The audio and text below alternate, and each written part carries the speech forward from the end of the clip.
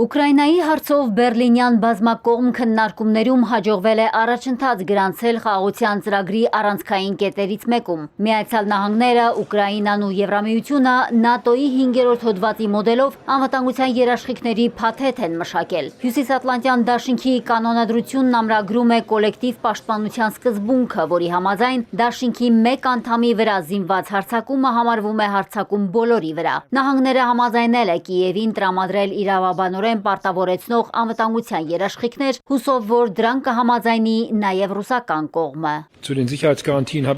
Սա իրապես հեռահար նշանակալից համաձայնագիր է, որը մենք նախկինում չունեինք, որին պատրաստ են եւ եվրոպացիները եւ ամերիկացիները։ Ուկրաինային կտրամադրվեն անվտանգության երաշխիքներ ՆԱՏՕ-ի 5-րդ հոդվածի մոդելով։ Սա իսկապես նշանակալի առաջընթաց է։ Ուկրաինայի նախագահի պնդմամբ ամերիկացիների հետ բանակցությունները հեշտ չեն եղել, սակայն արդյունավետ են, թեպետ որոշ կետեր կործանարար են։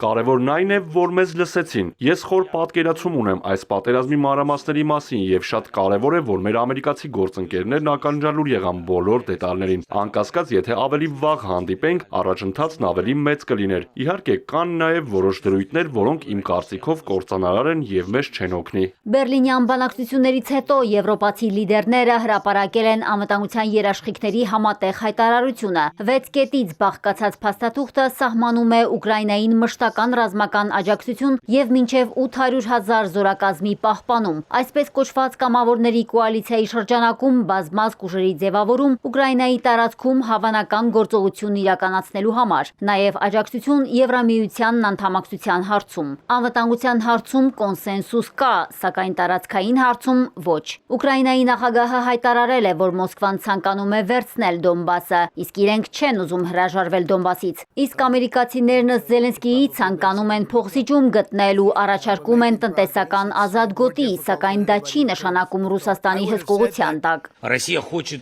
Մենք Դոնբասը չենք ճանաչի որպես ռուսական տարածք, ոչ դե յուրե, ոչ էլ դե ֆակտո։ Երկրի այդ հատվածը ժամանակավորապես օկուպացված է, այնուամենայնիվ մենք կքննարկենք տարածքային հարցը։ Գիտեք, դա առանցքային հարց է։ Մենք դեռ կոնսենսուս չունենք։ Կրեմլը չի տեսել Կիևի անվտանգության երաշխիքների վերաբերյալ Եվրամիության առաջնորդների համատեղ հայտարարության տեքստը, հետևաբար կմեկնաբանի, երբ կծանոթանա փաստաթղթին, ասել է Ռուսաստանի նախագահի պաշտոնական ներկայացուցիչը, իսկ Թրամփը մեկնաբանել է Ուկրաինայի տարածքների հարցը, տեսակետն այնքան էլ լավատեսական չէ։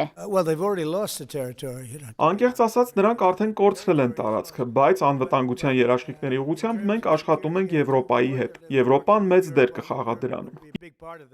Ռազմական մաֆիա Ուկրաինայում, ֆանատիզմ Բրյուսելում։ Հունգարիայի արտգործնախարարը քննադատել է եվրոպացի գործընկերներին Ուկրաինայի հարցով Եվրամիության նոր որոշման համար եվրոպական մայրցամաքը նոր բախման տանելու վտանգի պատճառով։ Բրյուսելը պատրաստ է խախտել բոլոր գործող կանոնները ամբողջ եվրոպական մայրցամաքը պատերազմի մեջ ներքաշելու համար։ Սիարտոն վերահաստատել է նաև ռուսական սառեցված ակտիվները բռնագրավելու Եվրոպայի որոշման դեմ Բուդապեշտի դիրքորոշումը։ Ռուսական ակտիվների բռնագրավմանն անդրադարձել է նաև Մոսկվան։